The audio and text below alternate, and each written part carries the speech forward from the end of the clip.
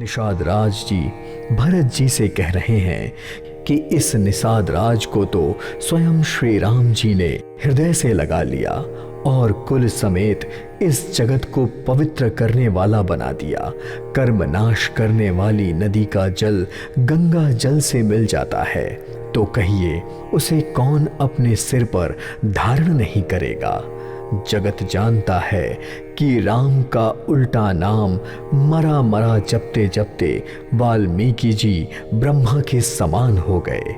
मूर्ख चंडाल शबर कोल और किरत भी राम नाम कहते ही परम पवित्र और त्रिभुवन में विख्यात हो जाते हैं।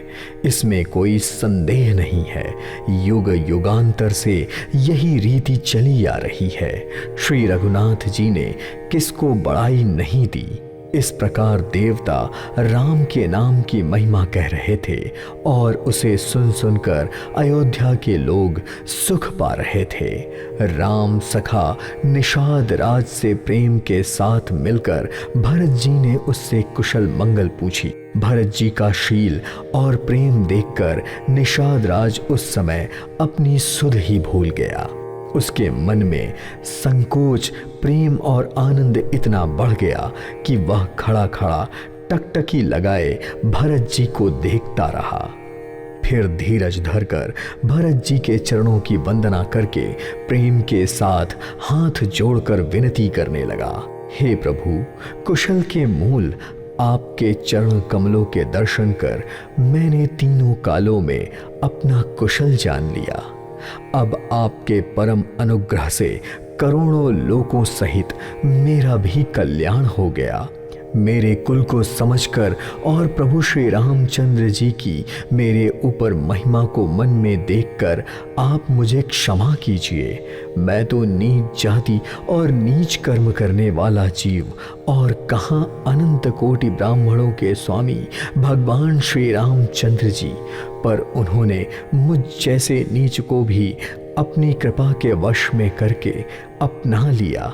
यह समझकर भी जो रघुवीर श्री रघुनाथ जी के चरणों का भजन नहीं करता, वह जगत में विधाता के द्वारा ठगा गया है।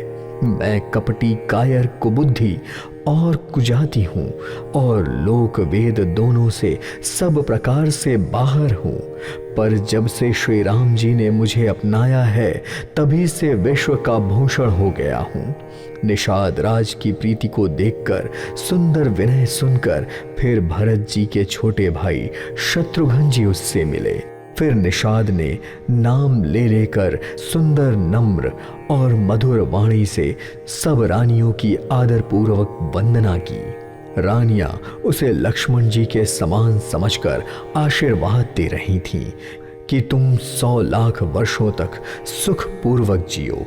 नगर के स्त्री पुरुष निषाद को देखकर ऐसे सुखी हुए मानो लक्ष्मण जी को देख रहे हों।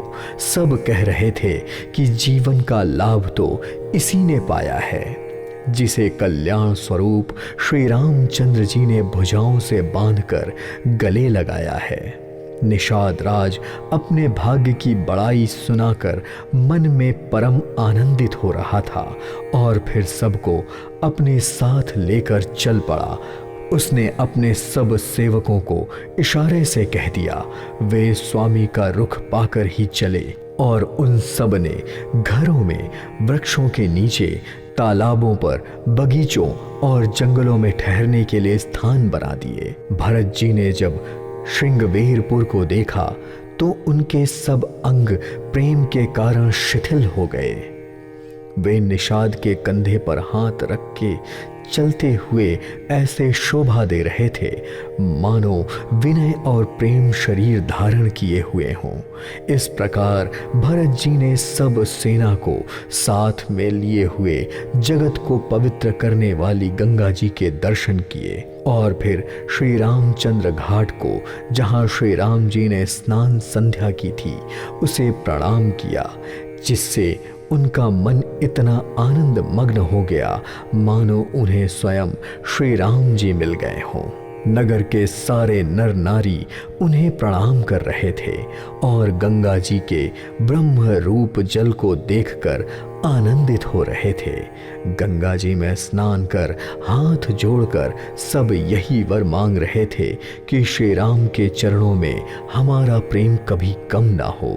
तभी भरत जी ने कहा, हे गंगा, आपकी रज सबको सुख देने वाली है तथा सेवक के लिए तो कामधेनु ही है। मैं हाथ जोड़कर यही वरदान मांगता हूँ कि श्री सीता राम जी के चरणों में मेरा स्वाभाविक प्रेम हो। इस प्रकार भरत जी ने स्नान करके और गुरु जी की आज्ञा पाकर, फिर यह जानकर कि सब माताएं स्नान कर चुकी हैं, वहां से डेरा उठा लिया और चल दिए।